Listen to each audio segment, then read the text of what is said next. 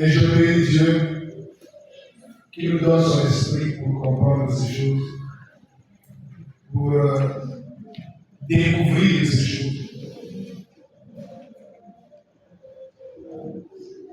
À tous ceux qui l'ont reçu, à ceux qui croient en son nom, on a donné le pouvoir de devenir enfants de Dieu, lesquels sont nés. Et Jésus dit, je ne vous laisse pas orphelins.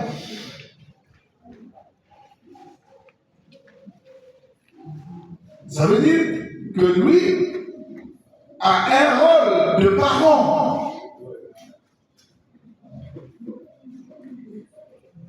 Amen.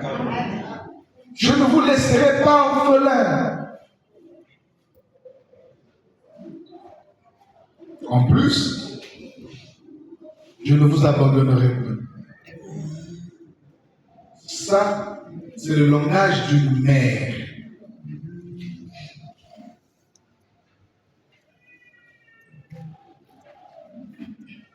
Je ne vous délaisserai point. Mais le Saint-Esprit viendra sur vous. Celui qui viendra en mon nom, il viendra. Et quand il sera venu, c'est lui le guide.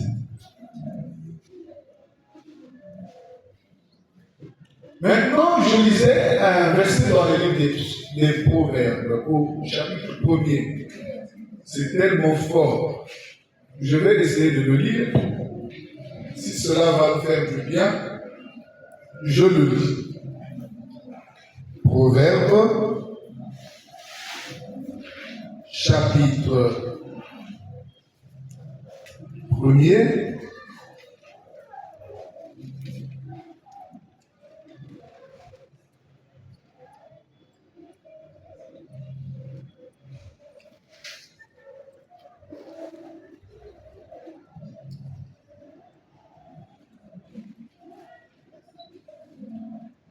Proverbe, excusez que je le trouve, Proverbe, chapitre 1er, et je lis le verset 8.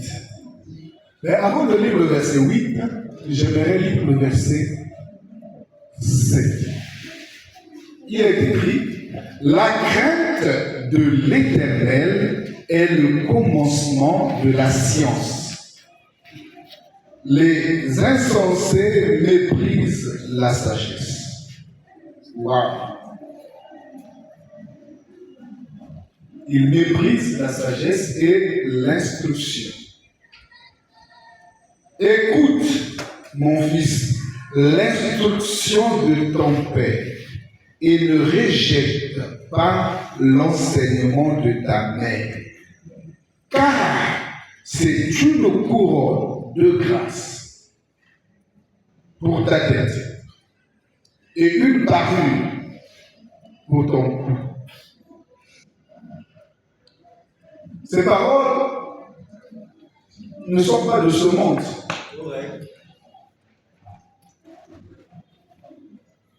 Ce sont des paroles de Dieu, remplies de force, de puissance, de révélation, d'autorité. Pendant que je les examinais, de la manière que Dieu a eu à me révéler ce que c'était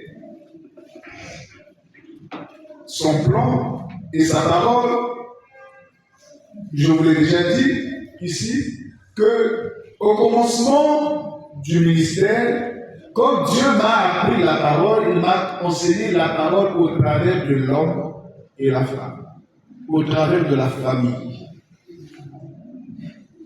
Et c'est de ça que je n'avais jamais parlé depuis que j'étais prédicateur.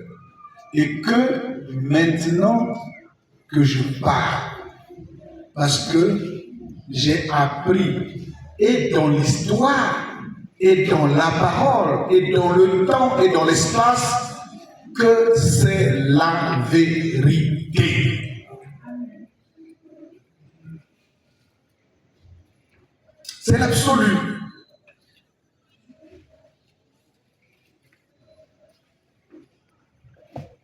Un jour, nous parlerons de la famille. Je dis souvent comme ça, et on en parlera.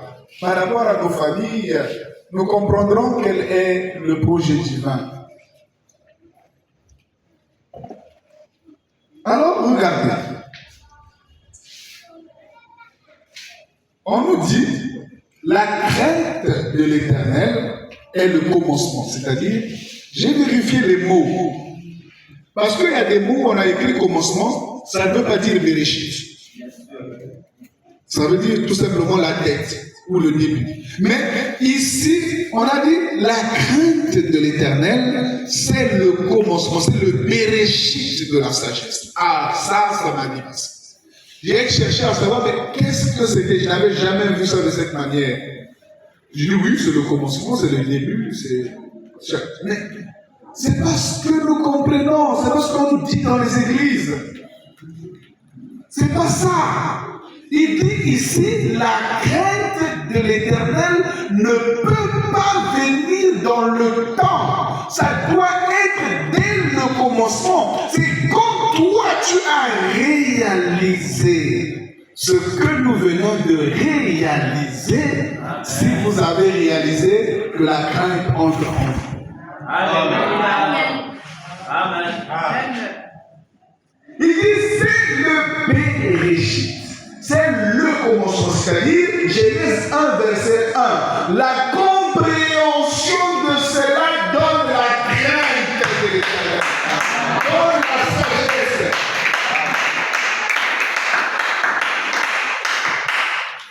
C'est pourquoi beaucoup de gens parlent de la crainte de Dieu, ils n'en ont même pas. Exact. Parce qu'au commencement, ils ne savent pas ce que c'est. Pour tout commencer. La crainte de Dieu, c'est connaître sa grandeur. Amen. Connaître l'œuvre qu'il a fait, tu le crains. Exactement. Quand tu connais sa puissance, tu connais sa force de frappe, tu as peur de le provoquer. Dans le quartier de ta seconde, là, tu as peur. Pourquoi tu as peur de lui? Parce qu'il est fort, il ne l'a pas. Il dit, c'est vous taper même toi et ton père et toute ta maison. Alors, il ne faut pas les provoquer. Oui. Parce que tu connais sa force de frappe. Mais comment peux-tu craindre Dieu? Parce que tu n'as pas. Si tu n'as pas compris Dieu dans sa puissance, tu n'as pas compris Dieu dans sa force, dans sa création, dans ce que nous venons de comprendre, dans cette composition, dans cette réalité, tu vas baver. Tu ne vas pas craindre Dieu. Tu vas insulter n'importe qui, tu n'auras pas de la connaissance. La crainte de Dieu ne vient pas parce que les gens pensent que la crainte de Dieu, c'est ce qu'ils font là, ce qu'ils appellent la sanctification, entre guillemets. Moi j'appelle ce qu'ils appellent les abstinences. Les abstinences, ce n'est pas la crainte de Dieu.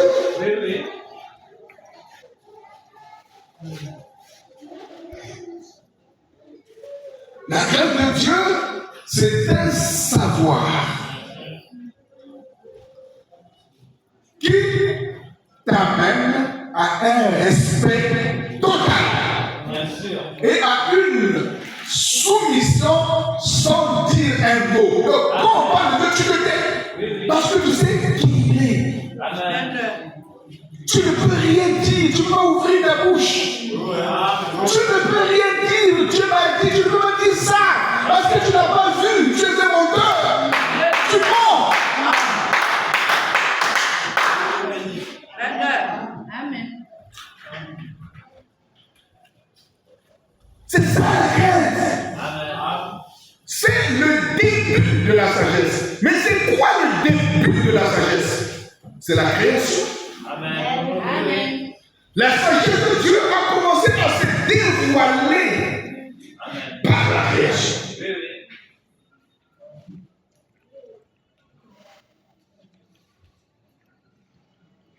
Moi, la sagesse, je suis la première Exact. Ouais.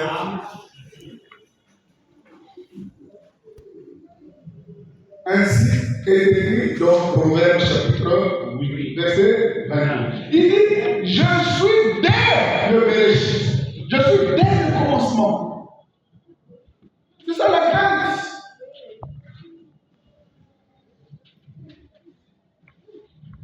Le respect. Toi, tu peux aller faire n'importe quoi autour de son palais, dans sa famille. On te demande des enfants de sa soeur, tu vas dire un mot dans ce pays. Tu es sûr? Tu te tiendras éloigné de tout ce qui touche les enfants. Oui, oui. Avec crainte et tremblement. Avec frayeur.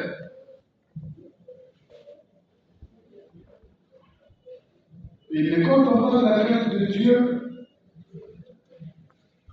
non.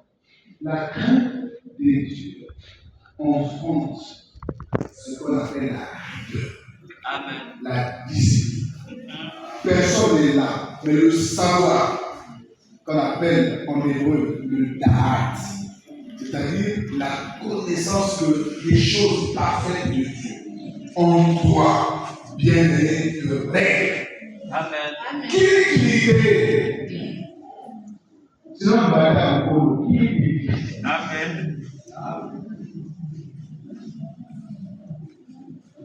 Vous comprenez? Tous les politiciens savent. Ils peuvent jouer sur les ministres, parler comme. Mais même les journalistes, j'ai suivi le journal qu'on appelle la matinale. Il raconte beaucoup de choses, mais pas contre le président. Parce que c'est même là où il est, on peut le tuer. Il va parler contre Jerry Moukala, il va parler contre le Premier ministre. Il sait que c'est des émissions. Mais il ne veut pas toucher sa famille. Il fait ses discours comme il le veut, mais pas là-bas. Il est à l'opposé, il dit la vérité, mais il y a des vérités qu'il ne pourra pas dire. Parce que c'est franchir les limites. Et quand tu franchis les limites, tu seras mordu par le serpent. Amen. Et ça, je le répète, il n'y a pas une grâce qui va te protéger quand tu vas franchir les limites. Tu es sorti de la grâce.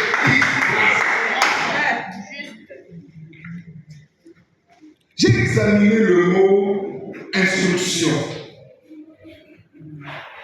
Il dit, ne rejette pas l'instruction de ton père. J'ai examiné le mot instruction. Le mot instruction veut dire châtiment. Waouh. Correction. Dieu instruit ce qu'il aime. Dieu châtie ce qu'il aime. Dans ce verset, on nous ramène dans un niveau de père et mère. C'est-à-dire le Père et le Fils. Je veux dire le Christ. Ceux qui nous ont engendrés dans le Seigneur. Alors, aime son instruction et les droits de l'enseignement du Cameroun. L'enseignement de Christ, qui est la base et la fondation de toute vie. C'est elle la mère. Amen. Amen. Mais l'instruction du Père, parce que lui, il ne laisse pas impuni. Oui, oui. Ouais. Sa justice reste double. Il l'a établi en Christ. Amen.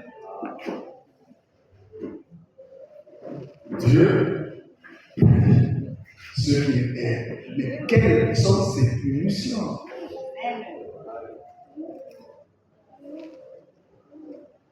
Nous parlons ici de l'instruction. Chaque punition divine est une instruction, c'est-à-dire une construction de l'être. Amen.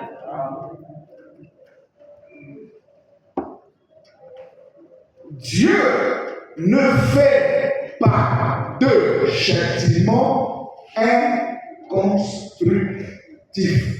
Il n'est pas diabolique dans ce que Dieu fait. Il est aimant, miséricordieux. compatissant. C'est le Père. Ainsi, quand j'ai examiné ce mot, instruction, bien aimé, comme nous venons de le lire, au verset 8, écoute. Quand j'ai examiné le mot écoute, qui veut dire entendre, comprendre, obéir, mon fils, l'instruction, quand j'ai examiné le mot instruction, j'ai compris que le mot instruction voulait dire châtiment, châtier, correction, corriger, instruction, enseigner, ceinture, outrager et les leçons, ainsi de suite. C'est-à-dire, le châtiment peut être une leçon de sainteté, de morale, de vie que Dieu donne. L'instruction, la parole de Dieu, Paul le dit à Timothée. Toute écriture est inspirée de Dieu capable de, bien aimé, répétez, capable de, autant qu'à la Bible était vraiment.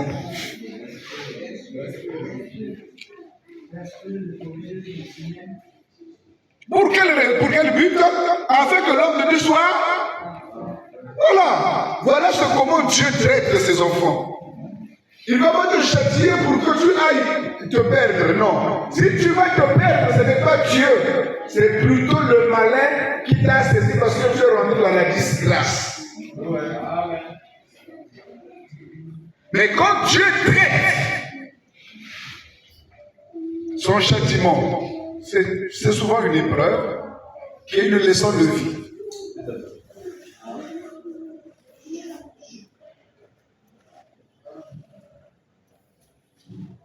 Il dit donc, c'est une instruction morale. Il dit donc, mon fils, écoute mon fils l'instruction de ton père. Le père, ici, c'est l'auteur de la sémence. Donc Jésus nous dit, au Matthieu chapitre 6, quand tu veux prier au verset 5, entre en toi-même. Et là, dans le secret, tu trouveras le Père. C'est de ce Père-là qu'il est question, l'auteur de ton âme. Et de la vie éternelle. Et ne rejette pas l'enseignement de ta mère.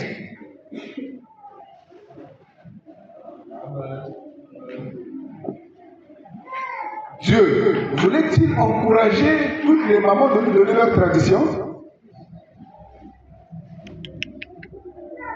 Si cette écriture-là concerne nos mamans, mais regardez comment nos mamans nous ont élevés, dans quelle tradition.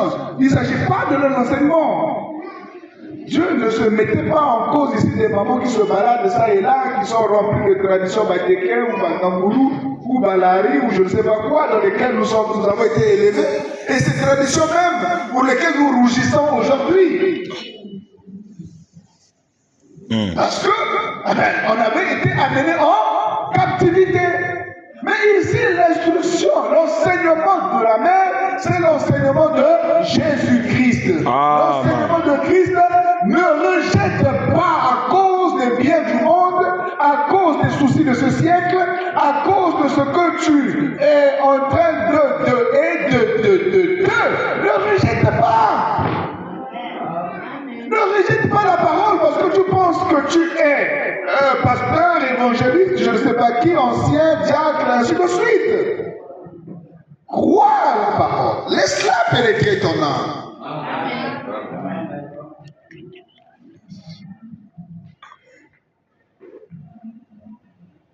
La Bible dit, c'est une couronne et un collier. L'instruction de papa, l'enseignement de maman, c'est la couronne. Or, la couronne, c'est le résultat. C'est-à-dire, Tu as tout remporté. C'est le trophée. Veux-tu avoir une couronne? En hébreu, le mot couronne c'est kéter. Quand je le dis en hébreu, ça a une autre force. C'est pourquoi j'aime pas prononcer ces mots en hébreu. Pourquoi? Parce que le mot kéter est la source des émanations. C'est-à-dire,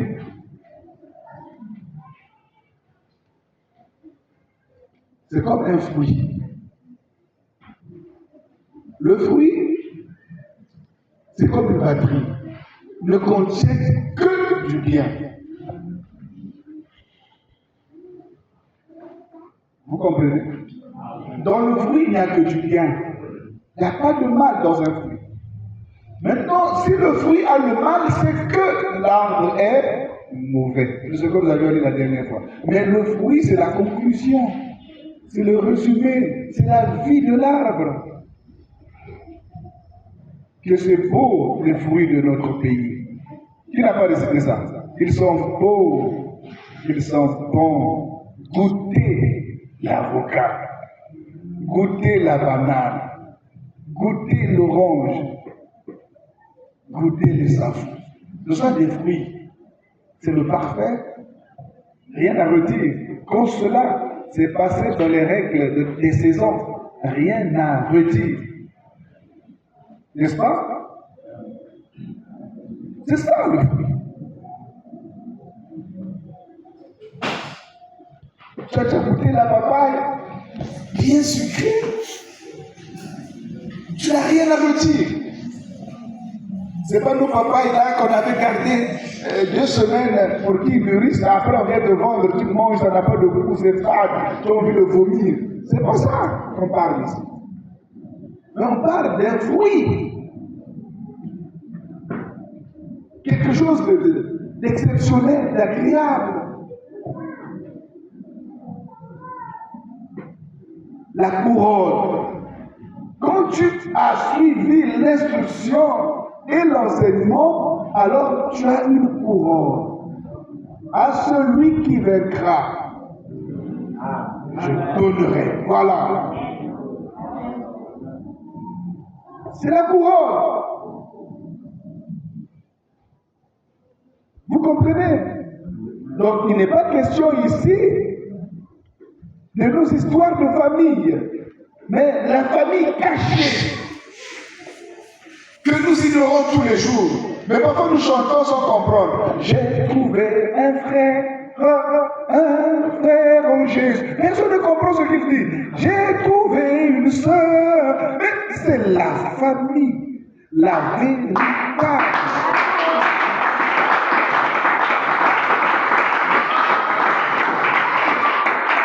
Qui vient de l'union du Père et du Fils, du Christ, et je suis engendré.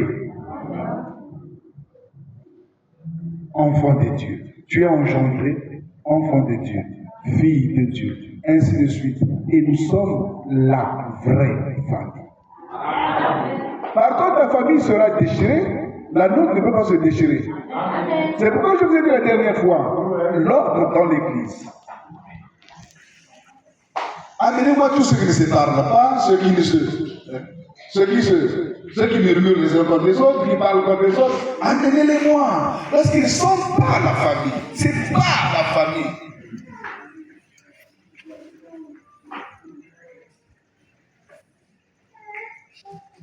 Amen. Donc il est question, bien-aimés, de comprendre ces choses. Et au commencement. Mais ces commencements-là, c'est pourquoi? Quel est le but? J'en avais parlé. C'est l'homme. Ne regardez pas la grenouille. La grenouille n'est pas le but. C'est un décor.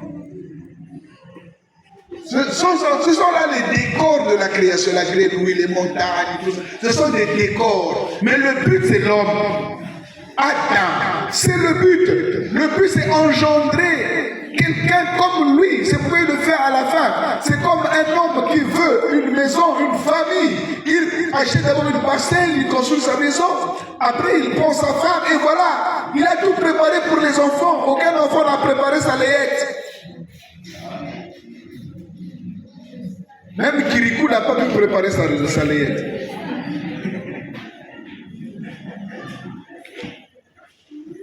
Vous comprenez? L'enfant vient, tout est préparé. Papa, maman a tout arrangé. L'enfant, c'est le but du mariage. C'est le fruit. Amen. La famille, c'est l'objectif. C'est pourquoi un père et une mère doivent être conscients de l'acte qu'ils ont posé pour amener les gens sur terre et en prendre soin en conséquence.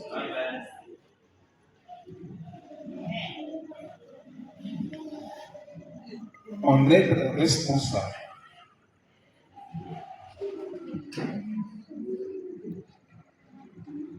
À tous ceux qui l'ont reçu, à ceux qui croient en son nom, sont enfantés de Dieu. On n'a pas dit qu'ils sont enfantés des chiens de Dieu ou les chats de Dieu ou les moutons de Dieu. Ce n'est pas le but. Vous avez compris? Donc toute la création risquera d'être une farce pour arriver au but. Quand je dis farce, que Dieu soit apaisé envers moi, mais je veux dire un décor, je veux dire un chemin, un passage, quelque chose qui cache la vérité. Ténèbres, tout ça, ça cache la vérité. La vérité, c'est l'homme. C'est l'homme qu'on veut. Dieu, ce qu'il voulait, c'est l'homme. Mais l'homme dans un milieu. Alors, il a d'abord créé le milieu et après, il a placé l'homme. C'est ce que Jésus a dit. Je m'en vais vous préparer une place. D'abord une place, et après je viendrai vous prendre. Je veux que là où je suis, vous y soyez également. D'abord le milieu. Je vais préparer le milieu. Là où vous allez habiter, là où vous allez rester. Alors pendant que moi je m'en vais vous préparer, vous ici vous êtes où? Dans la matrice. En train d'être créé, recréé, régénéré, restauré, renouvelé. Vous êtes en train de grandir afin d'atteindre la position de fils. Lui, là-bas, il est en train de préparer la place. Et quand il finira, il viendra nous prendre. Et nous serons avec lui éternellement. Amen. Vous avez compris? Amen. C'est la fin de l'histoire. Pour ce soir, que Dieu vous bénisse.